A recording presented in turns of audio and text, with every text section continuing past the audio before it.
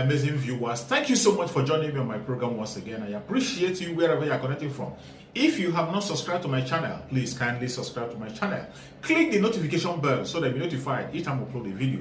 You will be among the first to receive it. Thank you so much and remain blessed. Whenever you look my video, whenever you watch my video, share the video to all platforms. Share it to family and friends. Share it in your WhatsApp group so that people can get information on what is happening in the contraption called Nigeria, mainly against the Biafrans, against the Duduas, against the indigenous people in the contraption called Nigeria.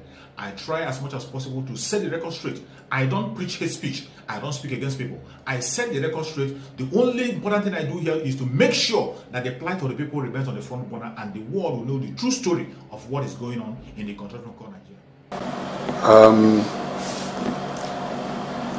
We are in a very perilous period in our history.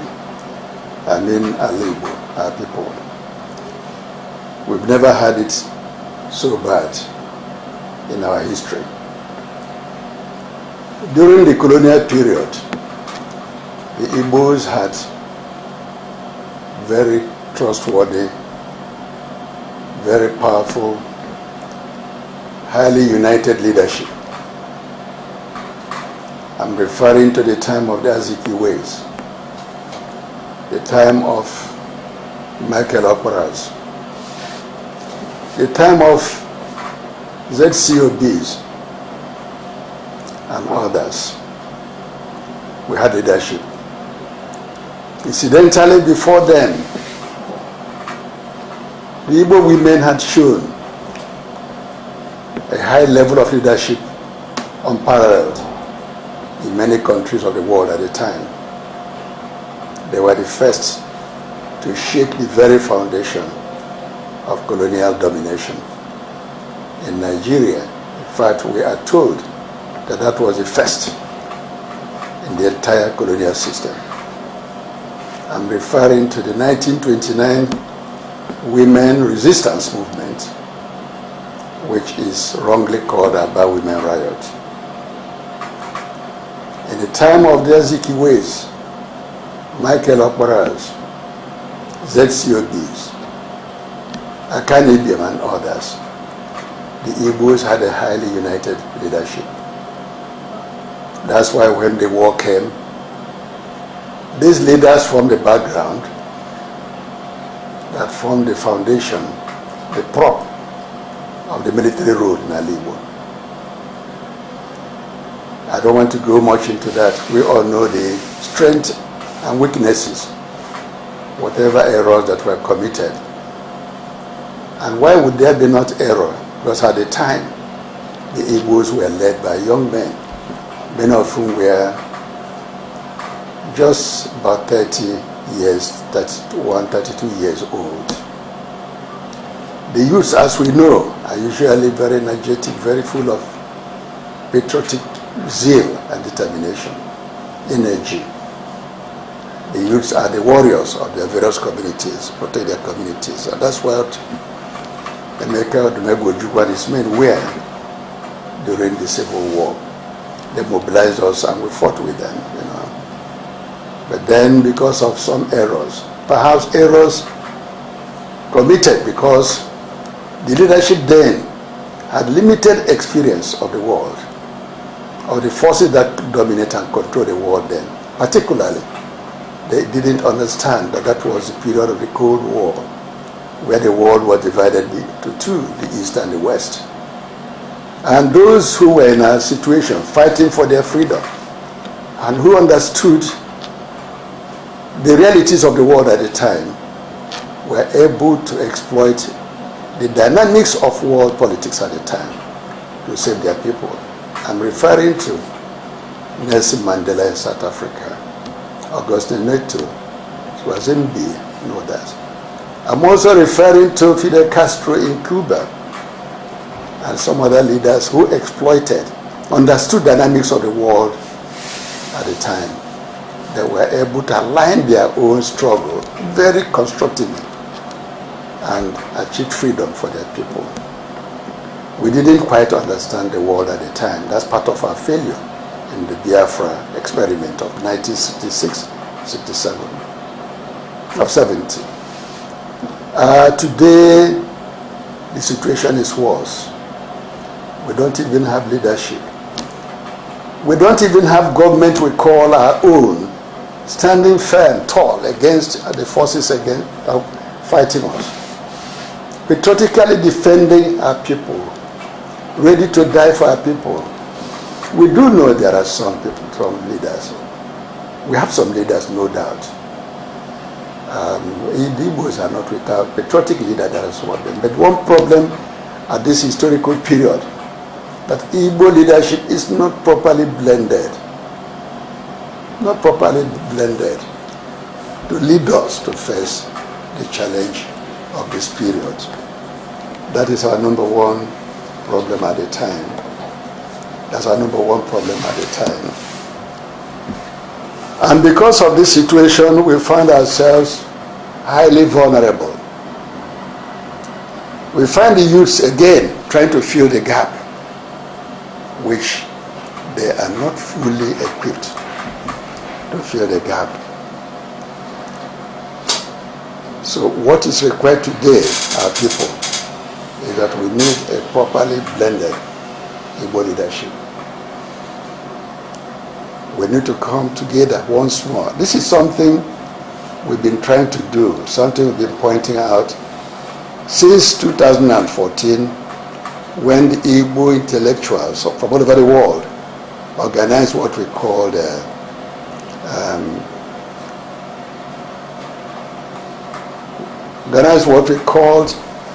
conference to examine the Igbo predicament in Nigeria, the international colloquium on the Igbo question in Nigeria, on the predicament of the Igbos in Nigeria. After it, we formed what we call our Igbo Development Foundation.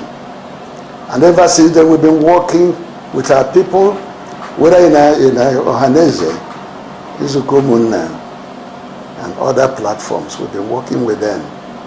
We've been working with the clergy, very patriotic clergy we have, to reposition the Igbos so that we can face the challenges we have. Everybody knows that one of the problems we have today is that the political leadership, particularly those who hold reins of power, not all of them are moving in the same direction and the same pace with the people. Not all of them really understand their role. That government is very important in this struggle. And for Igbo to meet the challenges of the time, they must have government of their own and for them. That is the present challenge we have today. Particularly it is worse for any nation to have people who pretend to lead them, but then they are also serving not only their own personal interest, they are also serving the interests of the enemy. That's part of the problem we have today, that many people in our Igbo, even those who hold reins of power, are not serving the interests of Igbo. They're not working for our salvation. They're serving the enemy, which is tragic. I have no doubt that the Igbos can once again, from the ashes created by this failure of leadership, we can rise again to take our destiny into our hands. Today we are faced with insecurity in a proportion we've never experienced in our life. We do know insecurity is all over Nigeria, but our own is a peculiar blend of insecurity. While the others suffer insecurity as a result of bandits, Boko Haram and others, we've suffered insecurity particularly from organized government, from agents of the federal government, who are all over the place terrorizing, maiming and killing our youth. Unfortunately, killing our youth. Because of lack of relevant government political leadership, we've not been able to control our youth. We've not been able to show them the right way to organize youthful resistance against the enemy of their people. But this is one challenge we have. We must step forward to work with our youth, to enable them play the role they're supposed to play as youth people. We have very viable pan-Igbo organizations. We have IPOB, we have Masor, we have ADF, we have Zukumuna, we have others. All these formations need to be governed, they need to come together and work for the interests of our people. Today, as you know, we are faced with terrible insecurity, food scarcity, hunger is raging in our land. There's anarchy. While our enemies organizing and killing and doing their thing, our own youths need to be properly organized, properly focused to protect their people and not to join in terrorizing their people. We have youth restiveness all over the place, and where there's no force, particularly that of the organized government, what you have is the kind of situation we have today. I belong to Alibo Development Foundation. I'm the president of Alibo Development Foundation. We have been doing the best we can within our limited resources since we came into being. We've done a lot. We had gone to court to challenge the Python dance. That challenge recently reverberated when the lawyers of Nnamdi Kanu went to challenge that particular experience. And we've seen the positive result of that challenge. ADF challenge was placed within the legal system controlled by our enemies. That's why for almost 2 years, no judgment has been given. For almost 2 years, they've been tossed up and down without any sense of direction. So today, how do we move forward? ADF has continued to provide guidance. Last time, as you know, we were part of the forces that mobilized in Igbo during the last election. After it, we mobilized in Igbo, worked together with Ohaneze to start the process of galvanizing and creating a viable security outfit for Igbo. Unfortunately, soon after that, our governors and other people came to resolve what we had and to create what they called, first of all, what they called with the federal government police, community policing. From there, they went into what they called Bubago and so on. Our people say, if you don't wet your lips, the Hamatan will scatter it. Because of absence of true leadership. Absence, that is why our youths have created what they call the ECN, Eastern Security Network. But we know that even though they are driven by the patriotic force of love for their people, they are highly handicapped. There's no way they can face the regular federal forces, regular army, with all the massive armament they are importing, using the oil and the resources from our land to equip soldiers. Yes, ironically, while even the North is ravaged by insecurity, the federal forces who should have been there are in Alibo, daily killing and maiming our youth.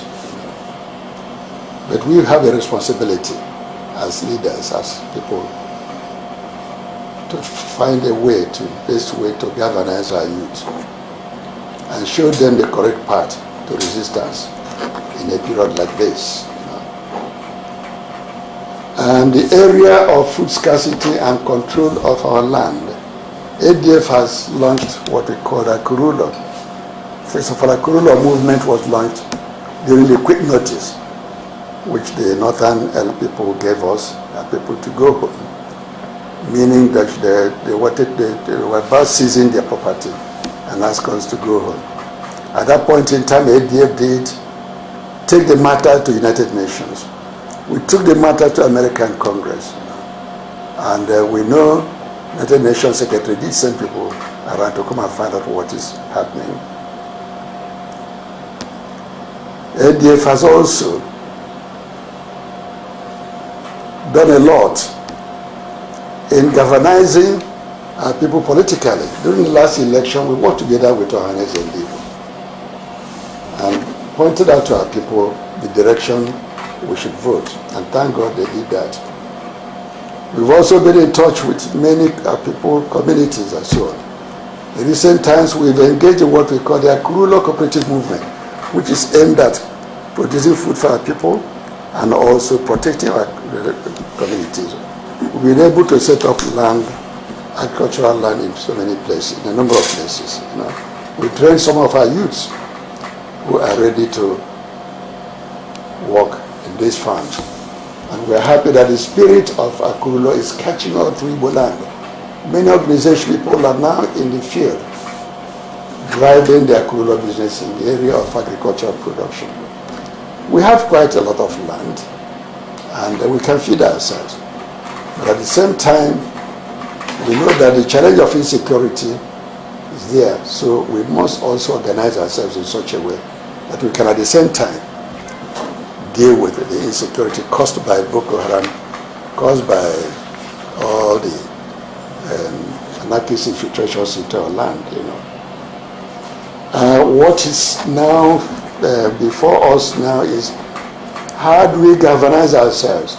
How do we forge a new political agenda which is needed for our salvation? Recently, we all saw what happened in Anambra State, where despite the pressures of the enemy, Anambra people stood firm and were able to elect a government which is a government after their heart. We have no doubt that the young man, Soludo, who at a personal level, he was one of the people, some of my friends and I tried to bring up in Nsukka as patriotic citizens of Alibo. The same thing also with one of the former governors of Anambra State, P2B, whom everybody agrees did so excellently well as governor of Anambra State. We have no doubt that Soludo is going to rise to that level. I must comment again of the action of Governor-elect Soludo in creating a transitional team that has a pan-Igbo character, a pan-Igbo structure. He's been able to govern from all over Igbo land. That is the name of the game at this time, our people. Igbo must stand together. We must emphasize less of statehood and talk more of Igbo region, Igbo national integration. Integrating ourselves with our brothers in Rivers area, in Anioma, even those in Ben and other places. What we require today to save ourselves is leadership that's committed to the welfare and progress of our Igbo. Leadership that is ready even to die for the sake of Igbo. We need unity among our leaders. We are aware that many people have come out wanting to run for presidency of Nigeria. There's nothing wrong in that. We want to say this in all honesty to our people, that time has come when we should see the ballot as an instrument of political struggle in Nigeria. It is important. That's how Catalonia is where it is today, and where many other areas are where they are today, because they were able to galvanize their people, make sure if it is electoral contest, they elect those they want, elect people who serve them, who protect the patriots of their areas. So it is important, people, that we must show interest in the process of the registration of voters. We must. It's very important. It's shameful that Southeast is giving a record of 300 and something thousand, while some other areas have 800, 1 million plus, and so on. It is important for us to galvanize our people, to register, Wherever you are, whether in Alibo or anywhere else, we must begin to see the ballot as one form of struggle. We must recognize its relevance. Those who say we should not vote, we don't think they're quite correct. You don't understand the dynamics of struggle, particularly for those underdogs who are fighting for their own political freedom. Dear brothers and sisters, it's important. We must do our best. Particularly, the major challenge we have is reinventing Igbo leadership. Particularly the collective nature of it as it was in the days of Okpara and Aziki. The Igbo leaders, Zesiobi and Co., they were leaders. Our priests are Canadian. They were all working together with unity in their ranks, They were not divided by any party. Please, the less we play about party, the better for us. But we know that as part of our political agenda, we must begin to embrace a political structure, political order that serves the interests of the people. We must have our own party, but more importantly, we must have our own people in political power, no matter the party. But what's important is those who defend the interests of Ndibo, who work for Ndibo, who invest in Ndibo. And we call our businessmen, please, try and support all those who are working for the emancipation of Ndibo. Invest in agriculture, invest in the youth's human capacity, invest in everything that will help the Igbo nation to stand firm and be recognized as a relevant political force in the world. Thank you so much for your patience to watch from the beginning to the end. I hope you have learned something from the video you have just watched. The video you have just watched is to bring information to your doorstep and for educational purpose. It is not to demonize anybody. Let us watch continuously and see who can be able to make a sense out of every nonsense we are seeing. We must continue. We move. It doesn't matter what they do. It doesn't matter what they say. They will kill us. We will kill them. At the end of the day, Biafra is here. Thank you for watching. If you have not subscribed to the channel, please kindly subscribe to the channel. Click the notification bell so that you'll be notified each time I upload a video. You will be among the first to receive it. Thank you and remain blessed. Bye-bye. See you again.